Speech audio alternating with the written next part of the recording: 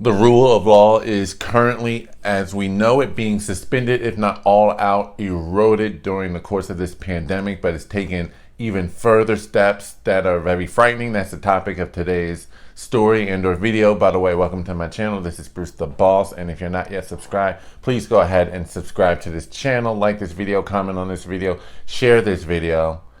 Now, this is coming from the latest story being reported, whether it be the New York Post, NBC, and or more specifically that I'll be reading from the CBS as it pertains to the eviction moratorium. By the way, I did a video on the eviction moratorium that was supposed to be ending last week. I did a video on that last week, assuming, go ahead and check that link out, assuming that the Biden administration was going to do the right thing after the Supreme Court, which is the highest court in the land and one of the three branches of government supposed to balance things out, ruled back in June that it was illegal for the CDC and the Biden administration to do what they did in the first place. But they still allowed that moratorium to at least go on for another month until the end of July, hoping that then Congress will do the right thing, the legal thing, and write legislation that would make this whole process actually legal and valid. Well, sure enough, they didn't. They failed to do that because they did not think that the people that they supposedly represent, their livelihood and or their place of living was really worth addressing, as well as those who are landlords who are also oftentimes small mom and pops or small individual owners, their livelihood also being crushed during this whole eviction moratorium, as their income being sliced in half in a lot of cases, was not worth addressing before they went on their 6-week recess. And despite the fact that the Supreme Court said that this was illegal, watch what the Biden administration and the CDC still decided to do, and this should be very frightening. All right, so CBS, for instance, reports that the Justice Department defends a new eviction moratorium in court. The Justice Department defended the Biden administration's new eviction moratorium in a court filing on Friday, citing the Center for Disease Control and Prevention finding that the deteriorating public health situation necessitated a new invocation of its authority and responsibility to protect public health. The latest moratorium applies to localities with substantial or high COVID-19 spread, which now encompasses most of the country. Oh, what a coincidence. So basically you're saying the whole country. So I really don't see the difference. Legal challenges were virtually guaranteed after, keep in mind, after the Supreme Court ruled the Biden administration could not extend a previous moratorium that expired at the end of July. Keep in mind, several high-level courts, including the highest court of the land and one of the three branches of government, the Supreme Court, ruled that this latest action was unconstitutional and or quote-unquote illegal. But I'll go on, and I quote, "This past week there's been much attention to the impending risk of mass evictions, which could put millions of tenants at risk of losing their shelter," end quote, according to Attorney General Merrick Garland, who said at a press conference, and I continue on. Quote, "Needless to say, the impact on individuals and families would be devastating, and the CDC has made clear the impact on public health would likewise be devastating, fueling the spread of COVID-19 infections in the affected communities, i.e. the entire country," end quote. And the Justice Department says that this new moratorium differs from the previous one in that it prohibits landlords from evicting residents in only areas of high or substantial transmission, end quote.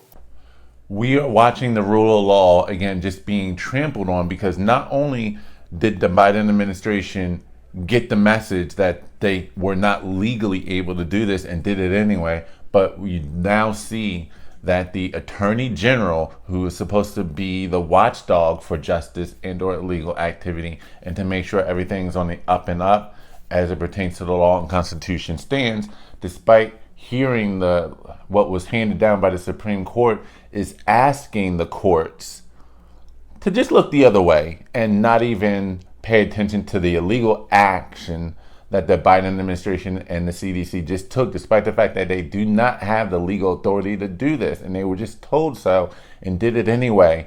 This pandemic is being used as an excuse of grabbing power that can never be taken back, because they can perpetuate these pandemics as we're seeing. I did a video on the Delta variant. Go ahead and check that out as I get into and discuss just the facts as it pertains to the demographics who are really at risk, the facts as it pertains to hospitalizations, and the differentiation between cases and hospitalization, the differentiation between testing positive in the lab versus actually being either severely sick or needing to be hospitalized, let alone death that's being misrepresented during this whole thing. It's all a matter of perpetuating a state of fear to increase one's control and power. And we're seeing power being grabbed in a very dangerous way by all levels of institutions.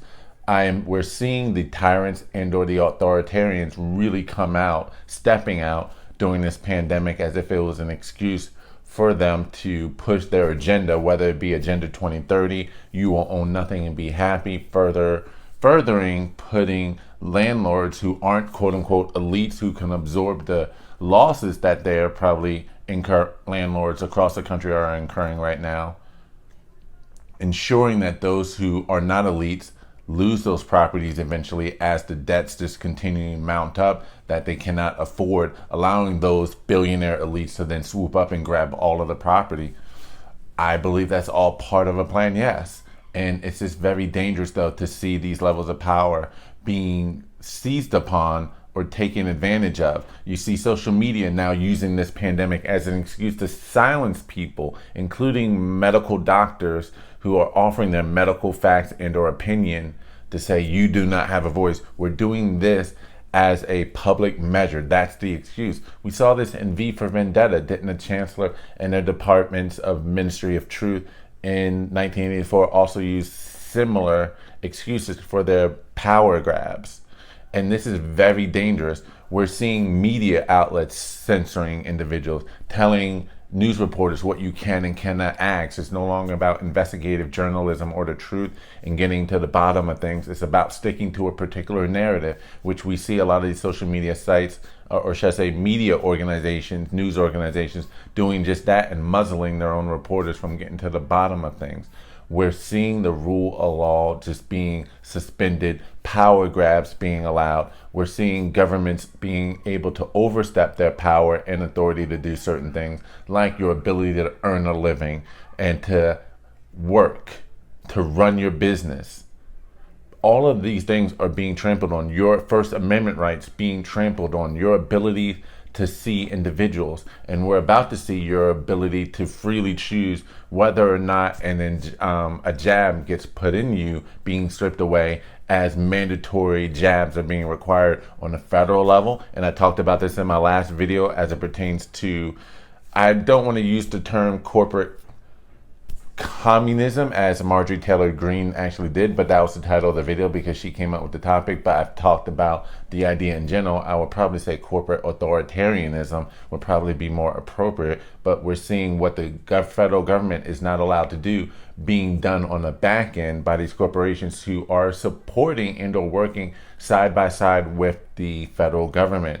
And we're seeing them also taking steps that are dangerously close to stepping over your First Amendment rights by literally working hand in hand with these social media sites and personally flagging accounts and pointing them out to entities like Facebook to say you need to get rid of this or you need to get rid of that, and also potentially working with phone carriers to censor text messages. Yes, that is a real story released by the AP and Political. Go ahead, I did a video on that. Check that out as well.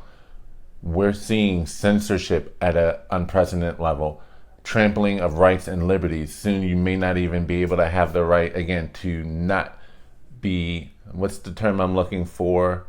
Choose natural courses of natural remedies and or healings to let your own immune system fight viruses. Otherwise, you'll either have your rights taken away from you and or your ability to work. We're seeing these things being trampled, but watching the DOJ just blatantly say, don't worry about the Supreme Court ruling. Looking at the Biden administration say, you know what, we heard what the Supreme Court did and we were initially worried about it, but we decided to act anyway and ignore them. And again, watching the DOJ just say, yeah, just ignore what's going on. Don't fight it. It's just very troubling, and I believe people all over the world, but especially here in the United States, need to start waking up to what's happening, stand united, and push back to what's occurring before it's too late. Before it's too late. Because we're seeing major pushes, major moves being made by those on, and I don't even want to say the left anymore, because we see that the governor of Maryland as well has been on the same side of the deep state. You're seeing a lot of deep state politicians, as well as those in the media like Steve Ducey, push the same narrative.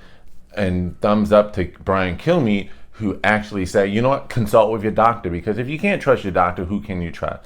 That should be the ultimate push, not let's push for everyone to get the Modella jab. Shout out to Eric Ripa, aka Eric July, aka Young Ripa. You shouldn't be just pushing everyone to get the Modella jab. You should be pushing everyone to consult with their medical doctor. But we're seeing this propaganda, this one narrative being pushed, and we're seeing our rights and liberties being taken away from us little by little, the death of a thousand cuts. So that's the story. I wanted to point that out. It's very alarming to me, and I thought it needed to be discussed or shared. So tell me what you think of the moves by the DOJ in this video. Tell me what you think about all of the things that have been transpiring. Are we seeing the beginning of the end of the United States of America, land of the free, home of the brave, and the beginning of a more authoritarian dictatorship, just laying the groundworks for a lot of people are thinking short term of, oh, they're going to keep pushing all of this until the midterms. No, there is a much larger long-term game plan set in course that's going to go for many years, if not hopefully in their minds, generations to come, that needs to be pushed back. So that's the video. Don't forget to subscribe to this channel, like this video, comment on this video. This is Bruce the Boss, and I'm out. Peace.